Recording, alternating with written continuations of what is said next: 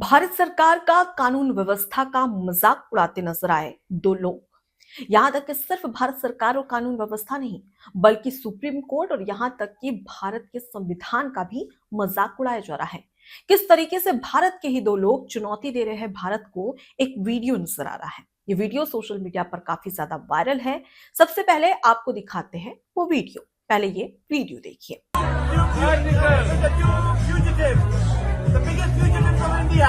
You know, you're lucky that we haven't brought that photograph with you hanging upside down in front of him yet. I know. I asked it for it. We're gonna get it. I have it. You have it. Okay, perfect. That's what we're looking. आपको बता दें कि ये video social media पर काफी ज्यादा viral हो रहा है। ये वीडियो 22 दिसंबर का दिखाया जा रहा है, जिसमें एक और भारत का सबसे बड़ा भगोड़ा विजय माल्या मौजूद है। बीच में उसकी पार्टनर पिंकी लालवानी मौजूद है, तो उसके बगल में है ललित मोदी। ललित मोदी ने अपने सोशल मीडिया अकाउंट एक्स पर और उसके साथ ही इंस्टाग्राम पर ये पोस्ट किया वीडियो। और वीडियो पोस्ट करने के बाद में वो इस वीडियो में बोलते नजर आ रहा है कि हम दोनों, यानी कि विजय माल्या और ललित मोदी, हम दोनों भारत देश के दो सबसे बड़े भगोड़े हैं। अब इसके बाद में ये सिर्फ बोलता नहीं है, वीडियो नहीं बनाता, बल्कि इसे इंस्टाग्राम पर पोस्ट भी करता है और उसमें कैप्शन में लिखा रहता है कि चलो इंटरनेट हिलाने का वक्त आ चुका है। और खास तौर पर मीडिया वालों के लिए, जो भारत के मीडिया है उसके लिए, अब इस वीडियो को देखते रहिए और जलते रहिए, ये कहता नजर आता है ललित मोदी अपने कैप्शन में। ये लिखता है। अब ये वीडियो सोशल मीडिया पर काफी ज्यादा वायरल हो रहा है।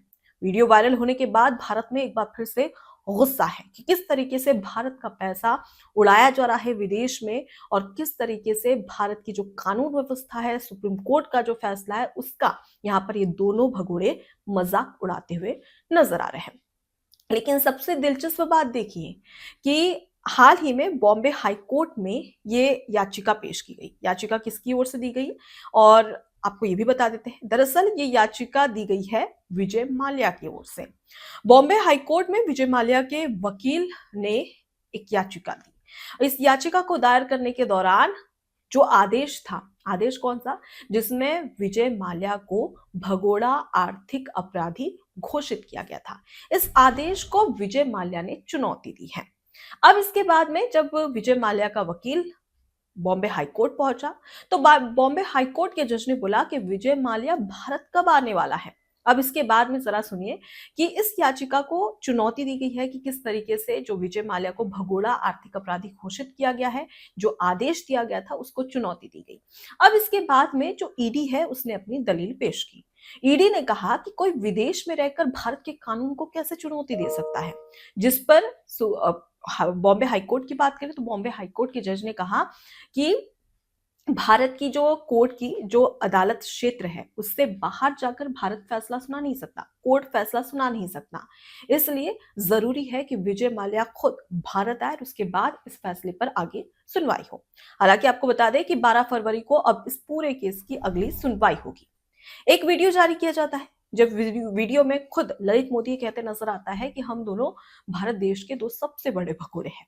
और इसी भगोड़े के आदेश के दौरान जब बॉम्बे हाई कोर्ट तक विजय माल्या का वकील पहुंचता है और इसी को चुनौती दी जाती है।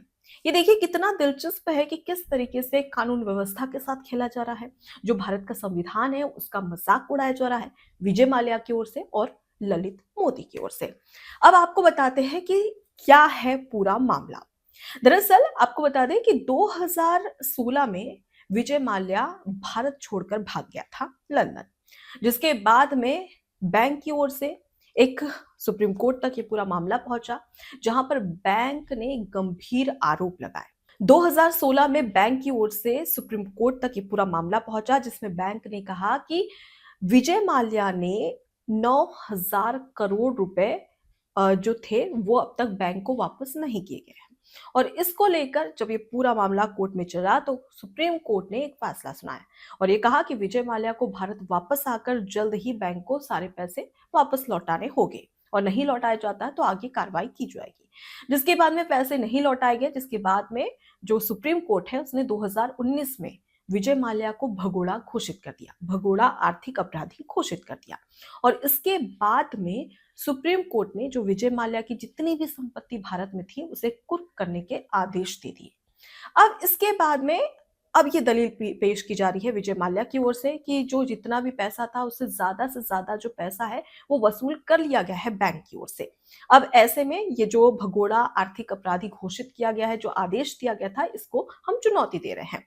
लेकिन अब भी अगर देखा जाए तो विजय माल्या विदेश में आराम से जी रहा है, जो जनता का पैसा था, जो बैंक का पैसा था, उसे खाकर। अब बात कर लेते हैं आगे बढ़कर ललित मोदी की। ललित मोदी ने 2008 में आईपीएल शुरू किया। इसके बाद में बीसीसीआई ने इसे आईपीएल का अध्यक्ष और कमिश्नर बना दिया। अब इसके बाद में तमाम बड़ी बातें निकलकर सामने आने लगी।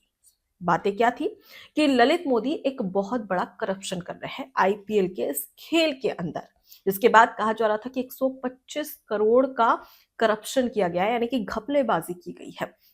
इसके बाद में कई बार ऐसे आरोप लगे जिसके चलते बीसीसीआई ने जो आईपीएल के अध्यक्ष के पद पर ललित मोदी को बैठा कर रखा था उसे वहां से हटा दिया, यानी कि सस्पेंड कर दिया। इसके बाद में कई बड़ी बातें निकलकर सामने आने लगी, यानी कि अगर हम बात करें मनी लॉन्ड्रिंग की बात करें, आईपीएल में जिस तरीके के गंभीर आरोप लगे थे उसकी बात करें, इसे लेकर और करप्शन को लेकर कई बड़े खुलासे होने लगे। उसके बाद में ललित मोदी ने भारत को ये कहा कि जो भारत सरकार है, कानून है और पुलिस है, उसे ये कहा कि अंडरवर्ल्ड की ओर से उसे जान से मारने की धमकी दी जा रही है, और ये बात कहकर, इस बात का हवाला देकर वो चले जाता है विदेश, और अब तक ये वापस नहीं आया है। यानी कि इस पूरे केस में साफ नजर आ रहा है कि दो भगोड़े, दो देश के व्यक्ति किस तरीके से विदेश में जाकर ऐशो आराम कर रहे हैं। बकायदा वीडियो पोस्ट की जा रही है, खुद को भगोड़ा बताकर मजाक भी उड़ाया जा रहा है, और दूसरी ओर खुद ही बॉम्बे हाई कोर्ट में चुनौती देते हैं कि हमें भगोड़ा क्यों कहा जा रहा है, जबकि हमने तो पैसा वापस कर दिया है। अगर वाकई में पैसा वापस कर दिया है तो फिर विदेश में क्यों रहना। भारत में आके जब खुद बॉम्बे हाई कोर्ट कह रहा है कि आप आइए, कोर्ट में आइए और अपनी बातें रखिए, तभी तो आप इस आदेश को चुनौती दे सकते हैं। आखिर बिना आपकी मौजूदगी के हम कैसे कोई आदेश या कोई स्टेटमेंट दे सकते हैं। इसलिए बॉम्बे हाईकोर्ट ने साफ कह दिया है कि विजय माल्या को सबसे पहले हाईकोर्ट में आना पड़ेगा, उसके बाद आगे इसकी सुनवाई होगी। हालांकि अगली सुनवाई 12 फरवरी को होगी। ऐसे में देखना होगा कि विजय माल्या के वकील क्या दलील पेश करते हैं।